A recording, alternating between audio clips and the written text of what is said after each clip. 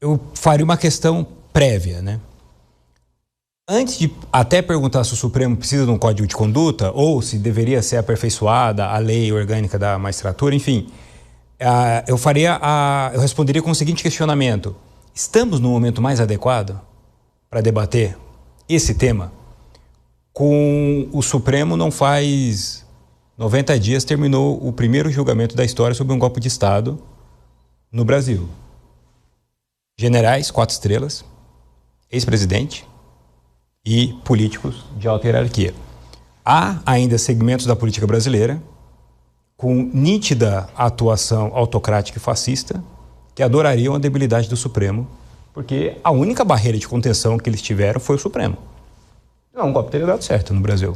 Eleições poderiam não ter acontecido. Quando eu falo Supremo, também é o TSE, né, que é composto, inclusive, por ministro Supremo. E da forma como está sendo pautado o debate, será que esse é o momento adequado? Ainda mais um ano de eleição? Né? Sabendo que há uma força política poderosa no Brasil que adoraria fragilizar e enfraquecer o Supremo. É óbvio que eu não estou dizendo que quem defende o Código de Conduta, mas estou dizendo assim, o contexto, nesse contexto. E quando a gente acompanha a mídia, Vila, e aqui eu sempre falo, o teu programa é meio um bálsamo, assim, em termos de conhecimento, em termos da forma como a gente pode apresentar os argumentos. Se chegasse um alienígena no Brasil e acompanhasse os últimos 15 dias, ele ia achar que o maior problema que o Brasil tem, em termos de estrutura, e tudo, é a falta de um código de conduta no Supremo. Um país em que os parlamentares estão distribuindo 50 bi em emenda sem prestação de contas. Então, essa desproporcionalidade na análise do que está acontecendo dentro das instituições brasileiras, eu não consigo ver na prática por que razão, nas hierarquias, por exemplo, entre o Legislativo e o Supremo teria mais disfuncionalidades que o Legislativo, em termos de como isso repercute pejorativamente para a sociedade brasileira.